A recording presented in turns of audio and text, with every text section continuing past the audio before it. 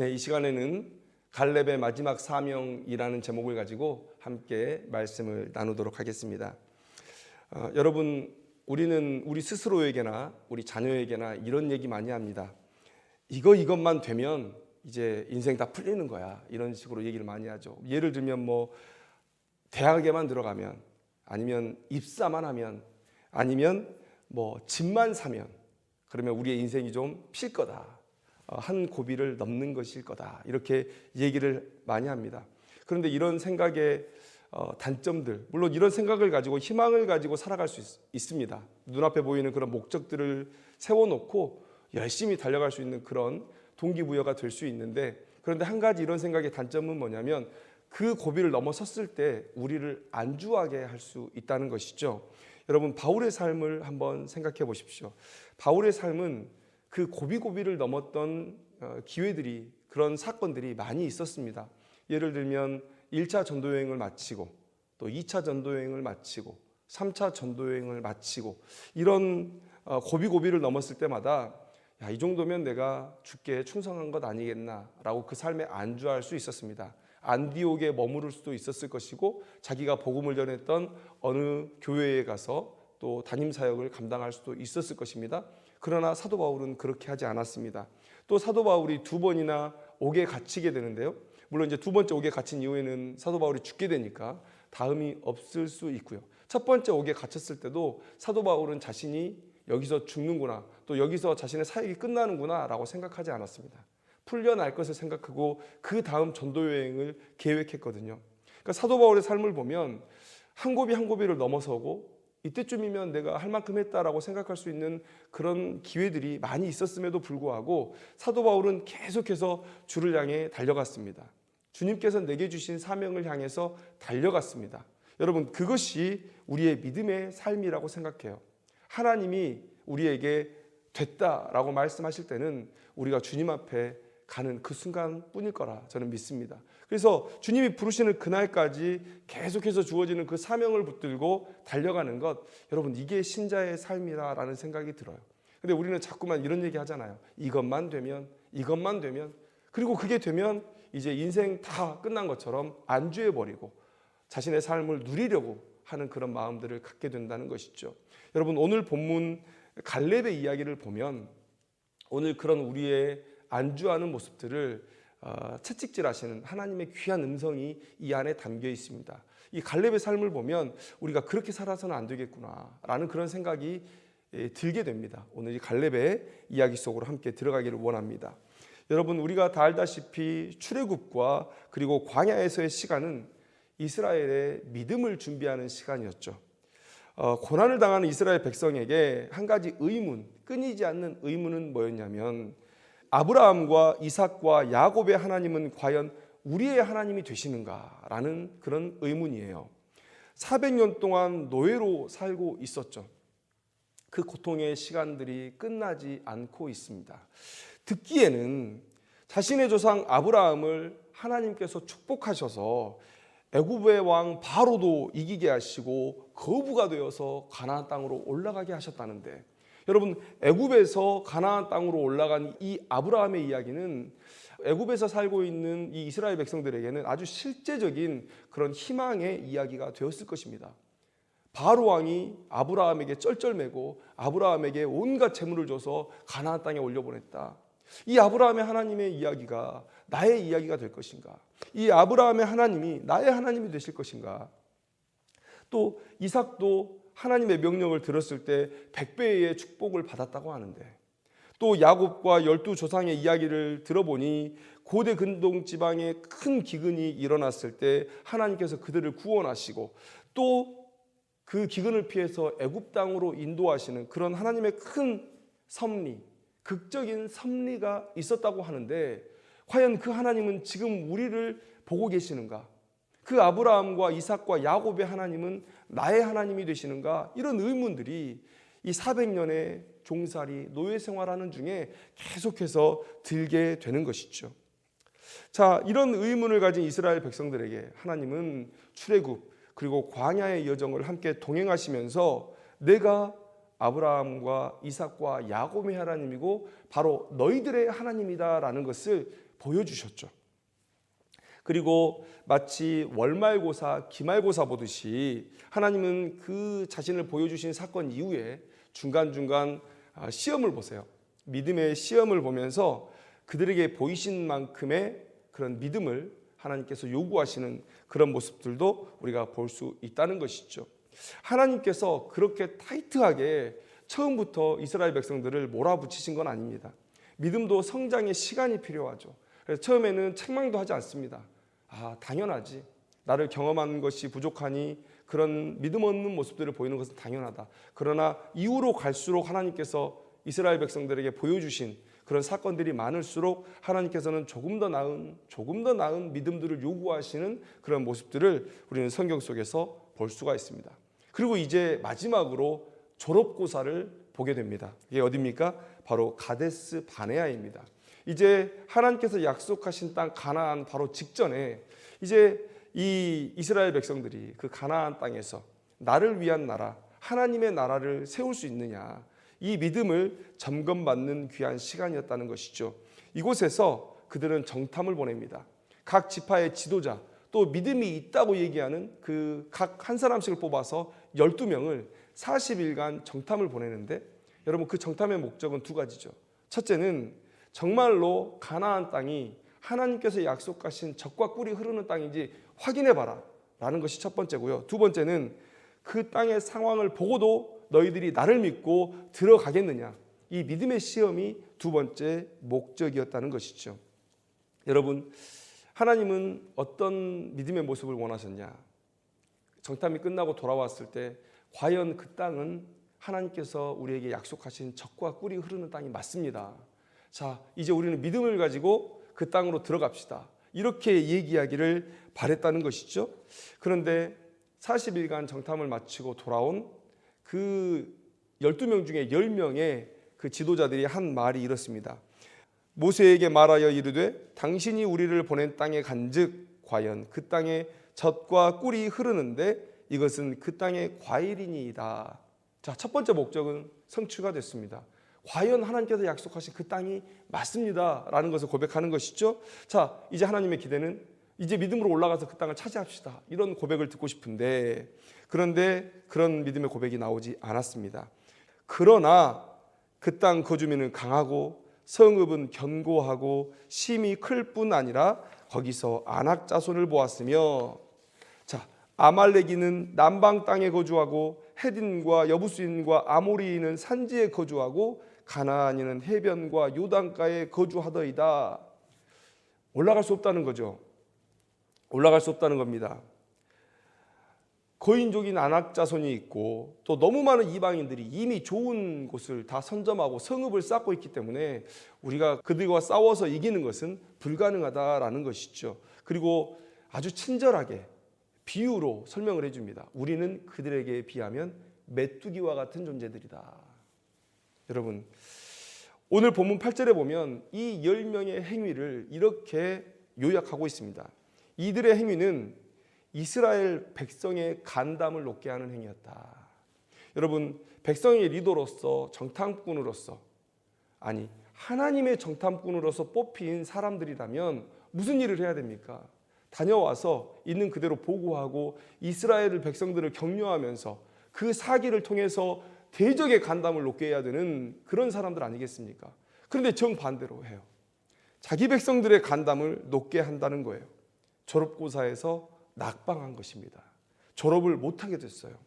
그러나 두 사람은 그렇지 않았다라는 것입니다. 바로 여호수아와 갈렙이죠.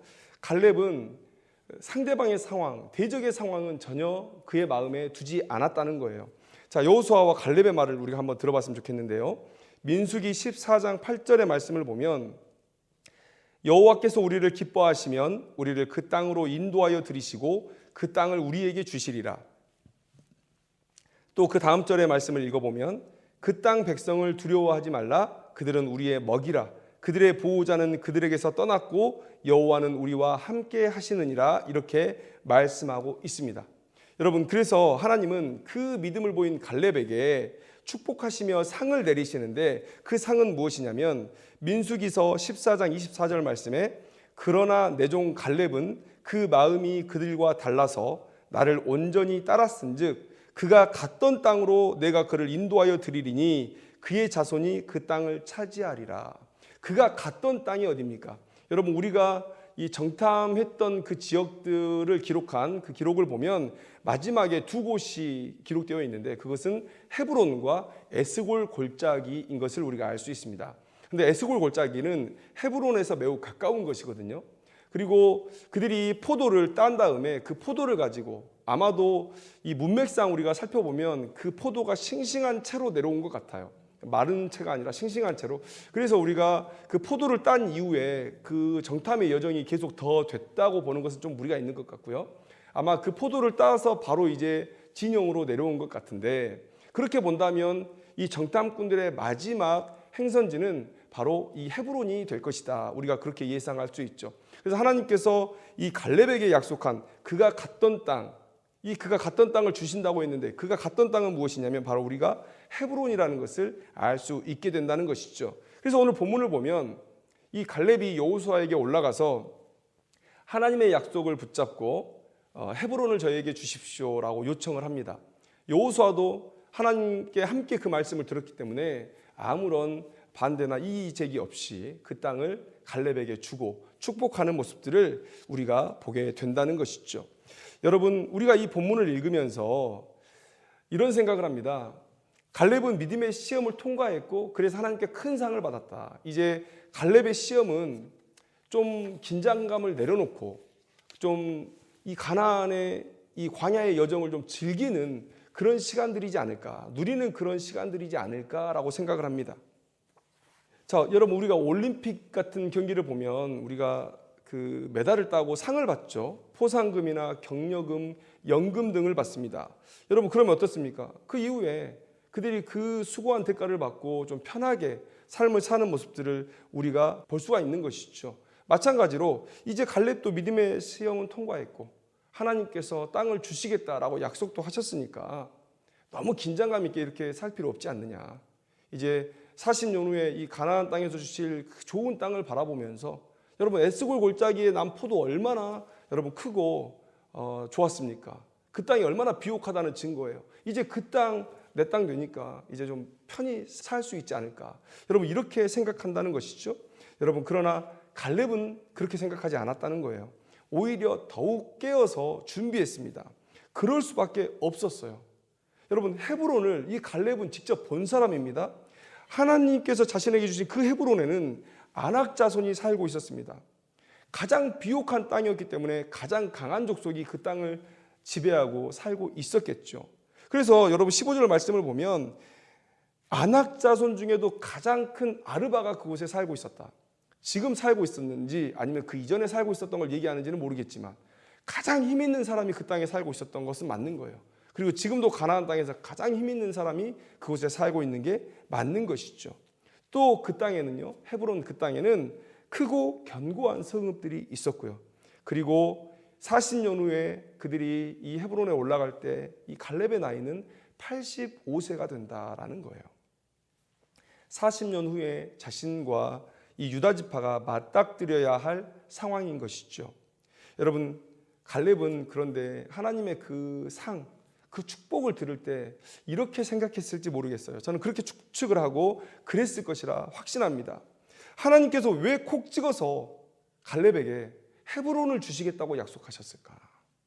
그것은 갈렙이 그곳을 직접 보고 왔기 때문에 가장 그 싸움을 잘 준비할 수 있지 않을까라는 생각을 하나님께서 하셨다고 믿습니다.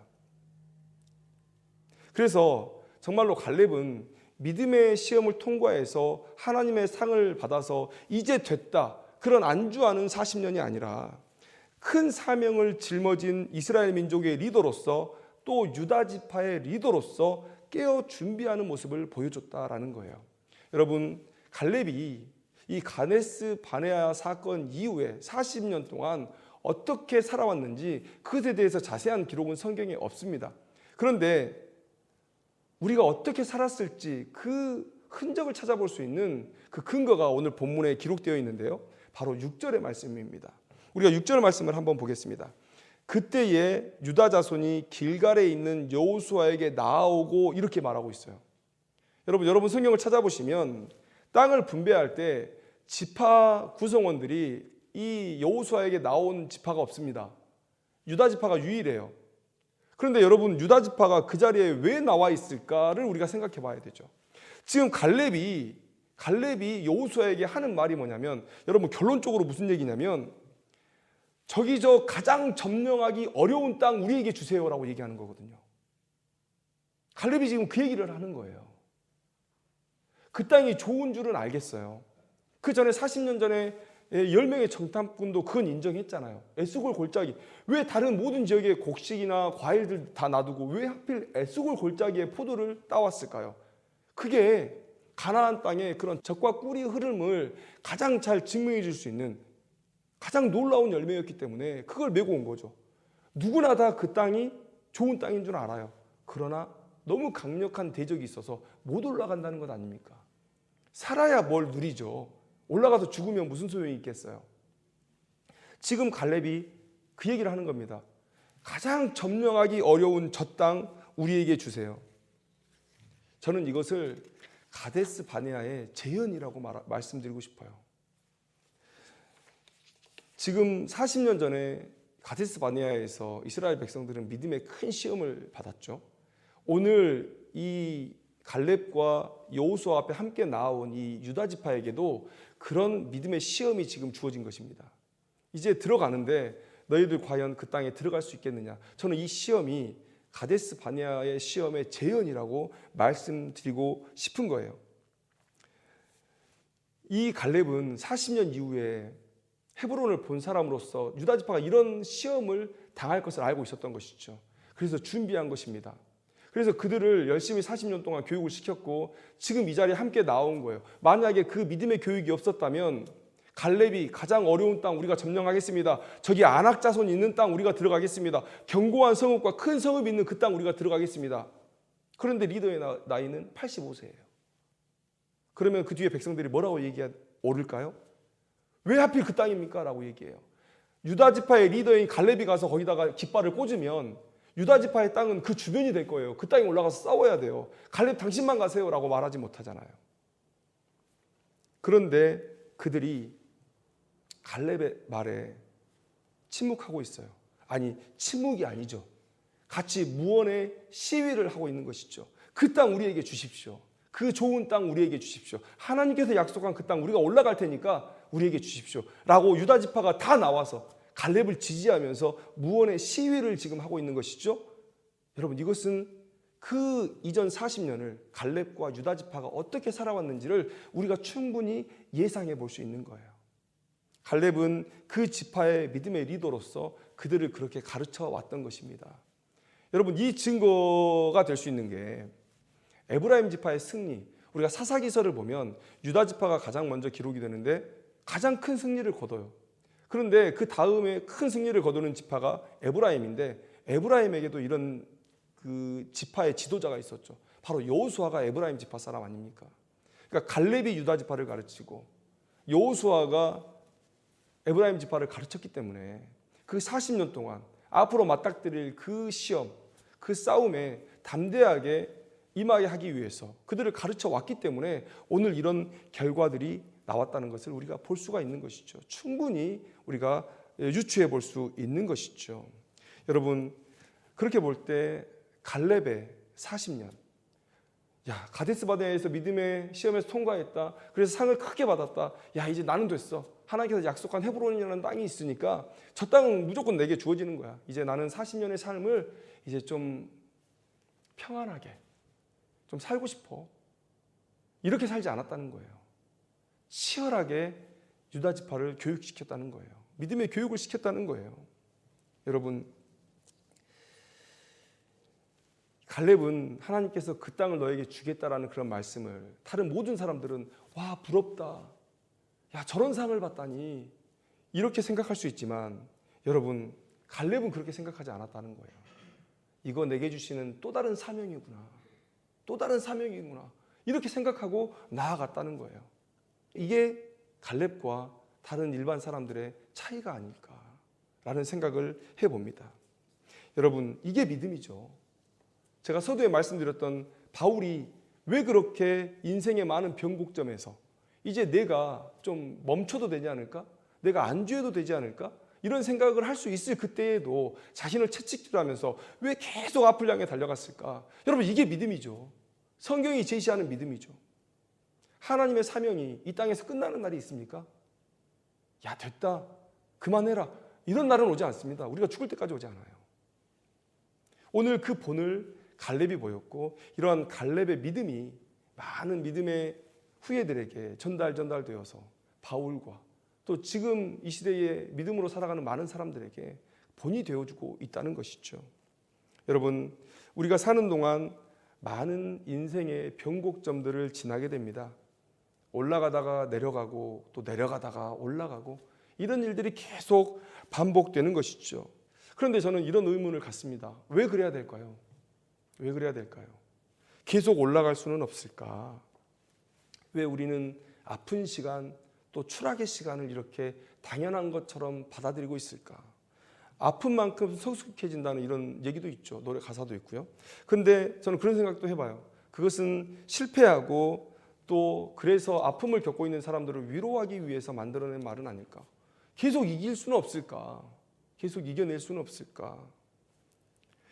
여러분, 그 가장 큰 이유가 뭡니까? 왜 올라갈 때 우리는 추락하게 되죠? 하나님께서 그 추락을 이스라엘 백성들을 인도할 때 그 추락을 이미 계산해 놓고 있었던 것일까요? 아니요. 성경을 보면 그들이 하나님께서 주신 축복에 안주할 때 그들은 무너졌다는 것을 성경은 얘기해 주고 있습니다. 이제 됐다고 생각할 때 그때가 바로 우리의 무너짐의 시작이다 라는 것을 성경은 우리에게 보여주고 있다는 거예요.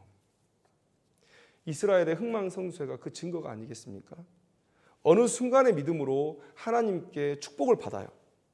그런데 그때 우리가 이제 됐다라는 그런 안주하는 모습이 아니라 이것이 내 인생에 주시는 사명의 제2장이구나, 2막이구나 라고 생각하고 더 깊은 헌신과 더 많은 열매를 위해서 충성할 수 있다면, 여러분, 저는 우리 추락하지 않을 수 있다, 그렇게 말씀드리고 싶다는 거예요. 믿음의 우상향의 삶, 그런 복된 삶의 그런 우상향을 우리는 계속해서 경험하면서 살아갈 수 있다라고 말씀드리고 싶은 거예요. 오늘 이 갈렙이 우리에게 그런 큰 본을 보여주고 있다라는 것이죠. 여러분, 이제 됐다라고 생각하면 무너지는 것입니다. 대학만 들어가면요? 아니요. 그때부터 인생의 2막, 사명의 2막이 시작하는 것이죠. 여러분, 내가 입사만 하면요? 여러분, 입사하면 더 큰 믿음의 시험이 있을 거예요.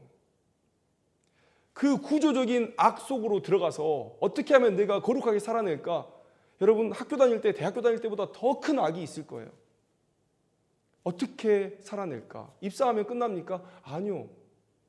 하나님께서 열심히 살았으니까 복을 주셨어요. 이제 인생의 사명의 2막이 시작된 것입니다. 집을 사면 그만이라고요?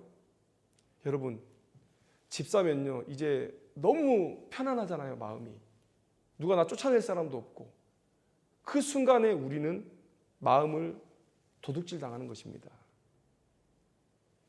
여러분, 깨어있으라 라고 주님이 말씀하셨어요. 마태복음 24장 43절 말씀에 너희도 아는 바니 만일 집 주인이 도둑이 어느 시각에 올 줄을 알았더라면 깨어있어 그 집을 뚫지 못하게 하였으리라. 여러분, 집은 우리의 마음이죠. 우리의 마음에서 사탄이 훔쳐갈 게 뭐가 있겠습니까? 바로 우리의 믿음입니다. 세상 것 잡동사니 다 던져주고 딱 하나 훔쳐가는데 그게 우리의 믿음이에요. 여러분, 우리의 마음의 낮은 우리가 고난 중에 있을 때라고 말씀드리고 싶어요. 우리의 영혼, 우리의 마음의 낮은 그 빛이 비추일 때는 우리가 고난 중에 있을 때예요. 우리는 정말 열심히 하나님을 찾잖아요. 고난 중에 있을 때 우리의 육신은 정말 분주합니다. 피곤합니다. 그러나 우리의 영은 맑아요. 그래서 하나님을 열심히 찾습니다. 이게 우리의 마음의 낮이에요. 그런데 밤은 언제입니까? 밤. 삶이 평안할 때, 내 삶이 만족스러울 때, 그래서 이쯤이면 됐다 생각하고 안주하려고 할 때, 이때 여러분, 우리는 육은 편해요. 그래서 세상의 것에 취하는데 우리의 영은 가장 어려운 때를 보내고 가장 어두운 때를 보내고 있다는 것이죠. 밤을 조심하라. 도둑이 들어온다. 여러분, 바로 이 밤의 때에 우리는 이 사단 마귀에게 우리의 믿음을 뺏길 것을 주의해야 된다고 주님은 말씀하고 계시는 거예요. 깨어 있으라라고 말씀하시는 거예요. 여러분, 깨어 있는 자, 그래서 마음을 지키는 자는 어떤 사람입니까? 마태복음 24장 44절 45절 말씀에 이러므로 너희도 준비하고 있으라. 생각하지 않은 때에 인자가 오리라. 충성되고 지혜 있는 종이 되어 주인에게 그 집 사람들을 맡아 때를 따라 양식을 나눠줄 자가 누구냐? 여러분, 깨어있는 사람 어떤 사람입니까? 충성스럽게 주의 사명을 끝까지 감당해내는 사람. 인생의 많은 변곡점 속에서 안주할 때도, 그럴 때도 하나님께서 많은 것을 주셔서 안주할 위기 가운데서도 아니다. 이것은 하나님께서 내게 또 다른 사명을 주신 것이다. 내게 주신 이 자원을 가지고 하나님을 더욱더 섬겨야 된다. 라는 그런 믿음으로 계속해서 주께 충성하는 사람, 여러분, 이 사람을 오늘 예수님은 깨어있는 사람이다 라고 말씀하시는 거예요. 여러분, 갈렙은 깨어있는 사람이었기 때문에 그 40년을 그렇게 충성스럽게 헤브론 점령을 위한 그 사명을 가지고 그렇게 수고할 수 있었던 것이죠. 여러분, 얼마나 아름다운 모습입니까? 유다 지파 모든 사람들이 함께 와서 가장 점령하기 어려운 저 땅을 우리에게 달라고 얘기하고 있어요. 갈렙의 그 주장에 힘을 실어주고 있어요. 믿음의 교육의 흔적들이죠. 여러분, 우리가 그런 모습으로 살아야 되지 않겠는가? 여러분, 하나님이 주신 복은 내가 마음대로 써도 타락하지 않습니까? 아니요. 솔로몬은 그래서 타락했습니까? 하나님이 주신 복이라도요, 내가 악하게 사용하면, 내 마음의 믿음을 빼앗긴 채로 이 물질을 사용하게 되면 우리는 타락하는 것이고 하나님의 저주 아래 놓이는 것입니다. 여러분, 오늘 갈렙의 믿음을 우리가 본받았으면 좋겠습니다. 하나님의 상을 받았습니다. 그런데 한편으로 왜 하나님께서 그 땅을 자신에게 주셨는지 그 하나님의 마음도 갈렙이 알았어요. 그래서 그것은 분명한 상이지만 그러나 다음의 사명을 위한 것이기도 했다라는 그런 깨달음을 가지고 깨어서 계속해서 충성하는 그런 모습을 우리에게 보여줬다는 것이죠. 여러분, 우리가 살다 보면 하나님께서 우리를 칭찬하시면서 복을 주실 때가 많을 거예요. 믿음으로 살아냈을 때. 저도 그렇습니다. 아주 작은 것 헌신했는데 큰 상으로 제게 주신 것 많았어요. 그런데 여러분, 우리가 과연 그것을 가지고 이 세상에서 안주하며 사는 삶이 하나님의 뜻이냐? 이제 내가 수고했으니까, 그 수고의 대가를 내가 지금 받았으니까, 아니 내가 열심히 해서 좋은 대학도 가고 좋은 직장도 가고 이제 내가 열심히 했잖아요. 믿음 생활 열심히 해서 내가 받은 거잖아요. 그럼 이제부터는 내가 안주해도 되는 것인가? 여러분, 그런 삶을 성경은 얘기하고 있지 않다라는 사실을 우리가 기억했으면 좋겠습니다. 여러분들에게 주어지는 어떤 축복이 있다면 그 축복은 다음 사명을 위한 힌트라는 사실 여러분들이 기억했으면 좋겠어요. 그것을 주시면서 내가 너에게 이런 충성을 바란다라고 주님이 얘기하시는 거예요. 우리 배불리고 먹고 살라고 주시는 것이 아니라, 여러분, 하나님께서 내게 복을 주셨을 때 그 복을 주신 이유를 깊이 있게 묵상하면서 하나님의 뜻을 깨닫기를 원합니다. 그래서 그 뜻을 쫓아 깨어서 죽도록 충성하는 귀한 믿음의 사람들, 갈렙 같은 사람들, 바울 같은 사람들이 다 되기를 주님의 이름으로 축원합니다. 기도하겠습니다.